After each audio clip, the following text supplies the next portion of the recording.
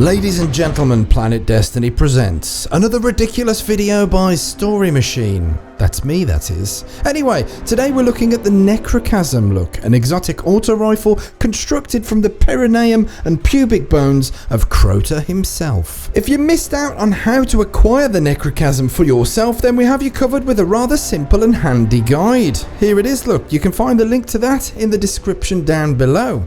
Before we delve any deeper, let's have a look at the base stats. Alrighty then, with a magazine size of 54 and dealing arc damage, the Necrochasm has a rate of fire of 100, an impact of 2, a range of 13, a stability of 46, a reload of 76 and an aim assistance of 60.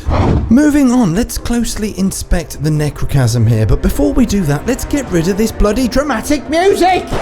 Thank you.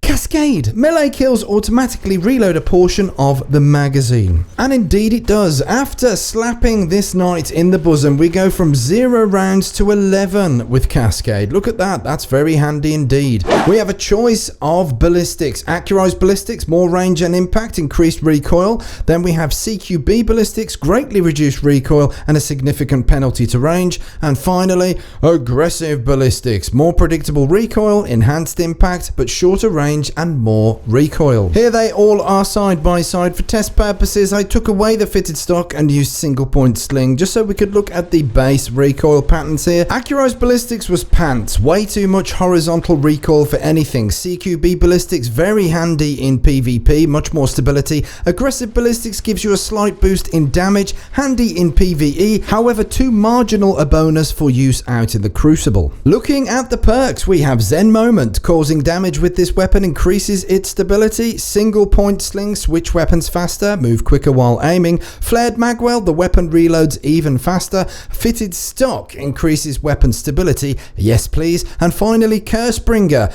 kills with this weapon trigger a cursed thrall explosion.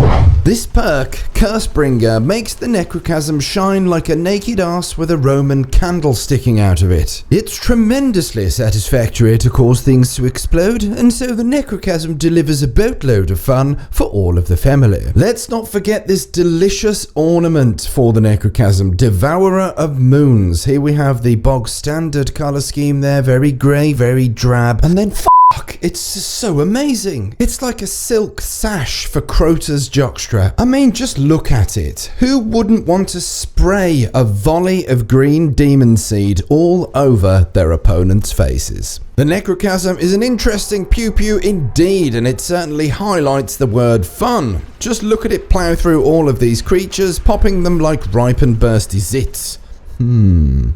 Anyway, let's dispense with these pleasantries and get down to the nitty-gritty. Whatever that is, but how does the Necrochasm perform in the Crucible? In PvP, the Necrochasm is at a very slight disadvantage due to it being a primary weapon. Despite the wide assorted range of one-hit kill attacks available to us in the Crucible, Bungie are a tad reluctant to allow primary weapon effectiveness, as that would damage or cheapen the gameplay somehow. Now, you're better off using ability spam tactics, melees, supers, or even better, a special weapon, as you have more chance of getting a kill with a pelvic thrust than you have with your primary. I'm joking, bloody hell, except I'm not joking at all, am I? Not even a little bit. Seriously now, the Necrochasm is a barrel of laughs in PvP. I really did enjoy it. I was very surprised just how much fun was possible with an auto rifle out in the Crucible. Just look at it, just popping these characters here right in the face. It's very enjoyable. I couldn't recommend it enough. It actually has some form of effectiveness, which is a wonderful thing for an auto rifle to have these days. Let's swing the topic back onto the ballistics options once again, because I had much more success with CQB ballistics out in the Crucible. This is what I'm using here. It enables a much tighter spread of bullets. It keeps you more focused into the area of death that you wish to deal. However, aggressive ballistics did